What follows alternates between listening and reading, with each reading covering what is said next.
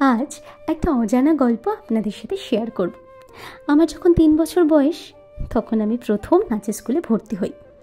এখনকার মতো তখন সোশ্যাল মিডিয়া এতটা অ্যাক্টিভ ছিল না, যার ফলে মধ্যমগ্রামে কোথায় নাচের স্কুল আছে তা খুঁজে পেতে আমার মাকে বেগ পেতে হয়েছিল বই কি। যাই হোক, ভর্তি হয়ে গেলাম নাচের স্কুলে।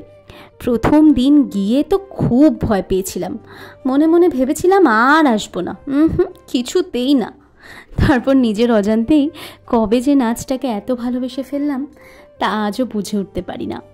আমার গুরুমা শ্রীমতী সুচন্দ্রা গাঙ্গুলি, ওনার কাছেই আমার নাচের হাতেখড়ি।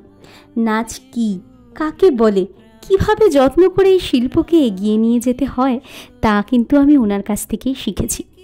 আজ থেকে কিছু বছর আগেও আমি কখনো ভাবিনি পড়াশোনা চাকরি বাকরির পাশাপাশি আমি নাচকেও প্রফেশন হিসেবে নেব। ভগবানের আশীর্বাদে কিভাবে যে সব কিছু হয়ে গেল ভাবলেও অবাকই লাগে।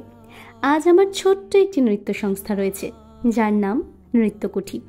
আজ বিশ্ব নৃত্য দিবসে নৃত্যকুঠির পক্ষ থেকে সবাইকে জানাই অনেক অনেক অনেক শুভকামনা।